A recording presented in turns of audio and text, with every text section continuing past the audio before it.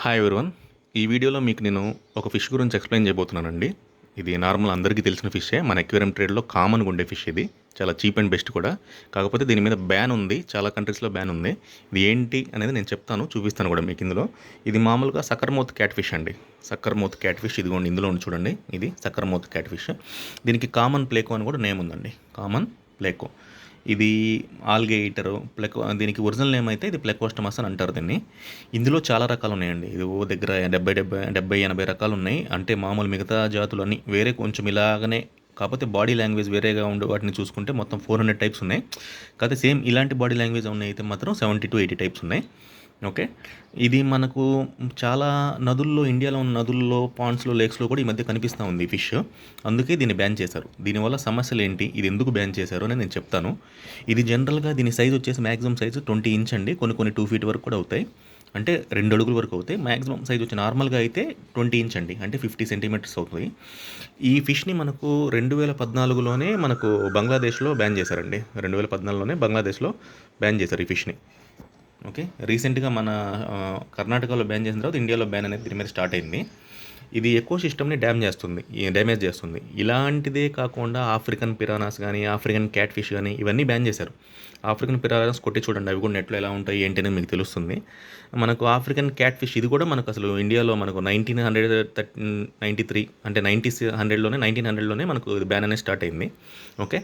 ఇది బ్యాన్ ఎందుకు చేశారు అంటే, ఇది మనం ఎక్వేరియంలో ఎందుకు వాడతామంటే పాచి తింటుందని, ఆల్గే క్లీన్ చేస్తుందని, ఎక్వేరియం నీట్గా ఉంచుతుందని చెప్పేసి దీన్ని వాడతాం. ఎక్వేరియంలో కామన్గా ఇది వాడేది అందుకని. ఓకే. ఇది కింద అతుక్కొని ఉంటుంది ఈ ఫిష్ అనేది. ఓకే. దానికోసం దీన్ని వాడతాం. కరెక్టే, కాదనట్లేదు. క్లీనింగ్ అనేది ఆల్గేటర్ క్లీన్ చేస్తుంది. ఓకే, బాగానే ఉంది. నైట్రోజన్ సైకిల్ కూడా హెల్ప్ అవుతుంది. కానీ ఇది బెనిఫిషియల్ బ్యాక్టీరియాని కూడా చంపుతుంది. దీన్ని అసలు బ్యాన్ చేయడానికి మేజర్ రీజన్ ఏంటంటే, ఇది ఇన్వేజన్ స్పీసీస్. గుంపులుగా పిల్లలు పెడతాయి. ఫస్ట్ లెక్కలేనని పిల్లలు పెడతాయి. ఓకే. నెక్స్ట్, ఈ ఫిష్ అనేది వాటర్ తక్కువలో అయినా సరే, వాటర్ లేకపోయినా సరే 24 అవర్స్ బతుకుంటుందండి. వాటర్ లేకుండా దీన్ని మామూలు తడిగా ఉన్న చోట ఎక్కడైనా సరే కొంచెం బురదలో అయినా సరే వేసి అట్లా ఉంచినట్ల, లేకపోతే పూర్తి బయట చలికాలంలో అయితే బయట వేసి ఉంచితే 24 అవర్స్ బతుకుతుంది నీళ్ళు లేకుండా. చాలా ఫిషెస్ అలా బతకలేవు. ఆఖరికి మనకు ఇది ఉంది కదా, స్నేక్ హెడ్ ఫిష్ కూడా బతకలేదు. ఇంక ఎక్వేరియం ట్రేడ్లో దీనికంటే గట్టి ఫిష్ అనేది ఏది లేదు. అంత గట్టి ఫిష్ అనమాట ఇది. ఓకే. ఇది ఎకో సిస్టమ్ డ్యామేజ్ ఎలా చేస్తుందంటే, చెప్పాను కదా, గుంపులు పిల్లలు పెడుతుంది. ఫస్ట్ కింద ఉన్న పాచిని మొత్తం తింటుంది. పాచి మొత్తం తింటుంది. వేరే చేపలు పెట్టి గుడ్లు తినేస్తుంది. వేరే చేపలకి ఫుడ్ దొరకకుండా చేస్తుంది. ఫుడ్ విపరీతంగా తింటుంది. ఫుడ్ దొరకకుండా చేస్తుంది. ఇది కాకుండా బ్యాక్టీరియాని తినేస్తుంది. మిగతా చేపల యొక్క కాలనీస్ ఉంటాయి కదా, కాలనీస్ ఎక్కడైతే గుడ్లు పెట్టాలి, పిల్లలు చేయాలనుకుంటాయో ఆ స్పాట్లు ఉంటాయి కదా, ఆ స్పాట్లు అన్నింటిలోకి ఇది వెళ్తుంది. ఓకే. మొత్తం ఎకో సిస్టమ్ దీనివల్ల డ్యామేజ్ అవుతుందండి. అందుకోసమే ఈ ఫిష్ పైన బ్యాన్ విధించారు. ఓకే. ఈ ఫిష్ అనేది మనకి ఇప్పుడు ఎక్వేరియం ట్రేడ్లో చాలా చీప్. 20 రూపాయలకి, 30 రూపాయలకి దొరుకుతూ ఉంది. కానీ పెద్ద మేజర్ ఎక్వేరియం షాప్స్లో దీన్ని అమ్మట్లేదు. పోతుంటే తీసుకొస్తున్నారు కానీ ఇది అమ్మట్లేదు. ఇది మన వాళ్ళే. ఇంతకుముందు ఇది మన ఇండియాకి సంబంధించిన ఫిష్ అయితే కాదు. ఎక్వేరియం ట్రేడ్ కోసం తీసుకొచ్చిన ఫిషే బంగ్లాదేశ్లో కానీ, ఇండియాలో కానీ మన వాళ్ళే పెద్ద అయిన తర్వాత ఇంక ఎక్వేరియంలో పెంచలేక నీళ్ళల్లో, మనకు కాలువల్లో కానీ, చెరువుల్లో కానీ ఇట్లాంటి వాటిలో దీన్ని వదిలేస్తూ ఉన్నారు. ఇంకప్పుడు ఏమవుతుంది, ఇంకా ఆటోమేటిక్గా 1-2 చేపలు అందులోకి అట్లాగే ఎవరైనా వదిలినట్లయితే ఆటోమేటిక్గా ఈ గుడ్లు పెట్టి పిల్లలు చేస్తాయి. భయంకరంగా బ్రీడ్ చేస్తాయండి. ఇది మామూలుగా బ్రీడ్ చేయవాలా. ఇవి చాలా చోట్ల ఇప్పటికీ బ్రీడింగ్ ఉంది దీన్ని. ఓకే. కాబట్టి ఎక్వేరియంలో పెంచేవాళ్ళు ఎవరైనా ఉంటే దీన్ని ఎవరైనా పెంచేవాళ్ళు ఉంటే, ప్రస్తుతం అయితే దీన్ని మీరు నీళ్ళల్లో, అంటే ఉన్నదాన్ని నేను చంపమని చెప్పను. ఓకే. కానీ మీరు ఎట్టి పరిస్థితుల్లో కాలువల్లో మాత్రం వదిలిపెట్టద్దు. బయట కాలువల్లో కానీ, పాండ్స్లో కానీ, న్యాచురల్ సోర్స్లో కానీ ఎక్కడ దీన్ని వదిలిపెట్టద్దు ఈ ఫిష్ని. ఓకే. మీరు ఎందుకు తీసుకొచ్చారు అంటారేమో. నేను ఇది తీసుకొని ఏం రాలేదండి. నాకు ఇక్కడ పిల్లలు అక్కడ ఆడుకుంటూ ఉంటే ఎక్వేరియం చేపలు తీసుకొని వచ్చి వాళ్ళు పెంచలేమని చెప్పి నాకు ఇచ్చారు ఇది. మా అబ్బాయి కూడా దీంతో ఆడదామని చెప్పి ఇంట్రెస్ట్ చూపిస్తూ ఉన్నాడు. సరే అని చెప్పి దీన్ని అట్లా వేసి ఉంచాను. దీన్ని ఎట్టి పరిస్థితుల్లో నేనేం కాలువల్లోకి వదలనండి. కాలువలోకి వదిలేదేం లేదు. ఇది ఒకవేళ వదలాల్సిన పరిస్థితి వస్తే దీన్ని నేను బయట ఏ కోళ్ళకో వాటికి వేస్తాను, కానీ దీన్ని మాత్రం ఎట్టి పరిస్థితుల్లో కాలువలోకి వదలను. అంటే నేనేం మిమ్మల్ని చెప్పమని చెప్పట్లేదు.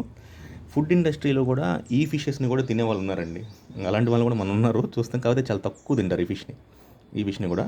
ఈ మధ్య మనకు యూట్యూబ్లో ఇట్లాంటి వాటిలో పెట్టి చూస్తూ ఉన్నాను. డెవిల్ ఫిష్ అని, రాకాసి ఫిష్ అని పెడతా ఉన్నారు చూడండి.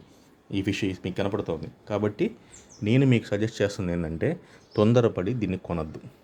కొన్న ఎక్వేరియంలో ఉంచిన ఎట్టి పరిస్థితుల్లో దీన్ని ఏ కాలంలోనూ వదలద్దు.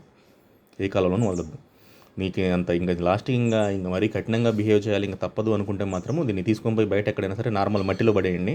ఒక 1 డేకి చనిపోతుంది. చనిపోయిన తర్వాత ఇంకా అదే చీమలు పట్టుకుపోతాయి. అంతే తప్పితే కానీ అంటే ఇంక తప్పట్లే. ఇలాంటి విషయం నేను ఫిష్ హాబీలో ఉండి అంటే ఎక్వేరియంలో ఫిషెస్ని పెంచుకుంటూ ఇలాంటి విషయం చెప్పాలని నాకు ఇబ్బందికరంగానే ఉంది, కానీ తప్పదండి. ఓకే, ఎట్టి పరిస్థితుల్లో ఏ కాలంలో వదలకండి. మన భవిష్యత్ తరాలకి ఇది ఇబ్బంది అవుతుంది. ఓకే, అన్ని ఫిషెస్కి ఇబ్బంది అవుతుంది.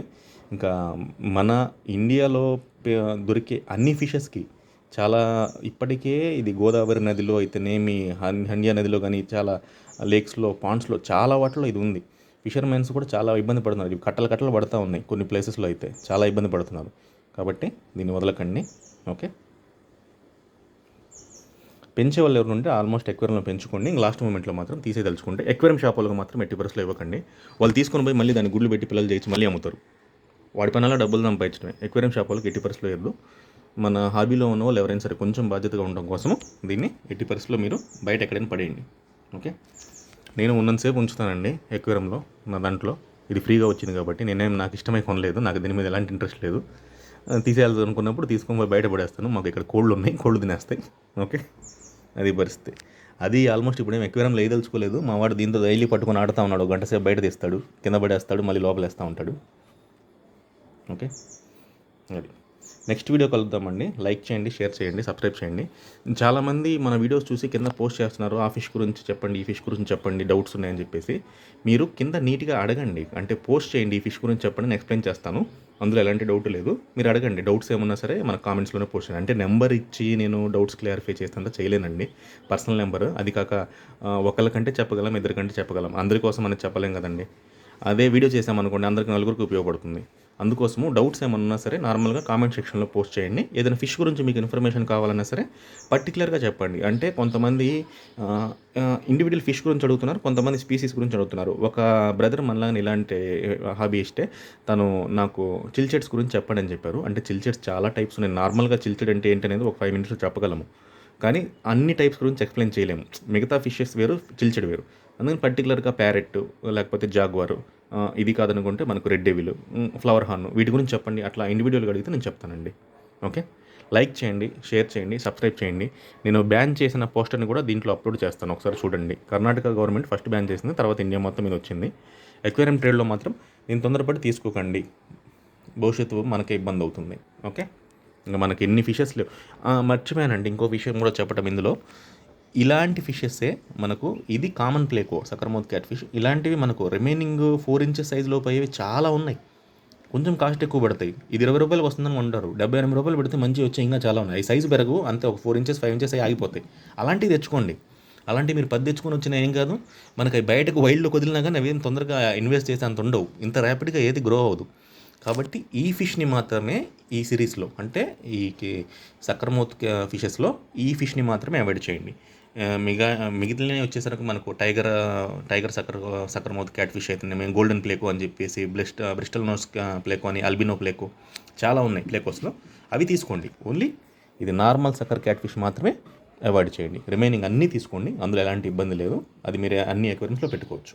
ఓకే, ఇంకా మనకు హిల్ స్ట్రీమ్ లోచ్ అని చెప్పేసి ఇలాంటి చాలా ఉన్నాయి, అవి తీసుకోండి. ఓకే, దీన్ని మాత్రం అవాయిడ్ చేయండి. ఓకే అండి, థ్యాంక్ యూ అండి. లైక్ చేయండి, సబ్స్క్రైబ్ చేయండి. నెక్స్ట్ వీడియోలో కలుద్దాము. థ్యాంక్ యూ అండి. బాయ్.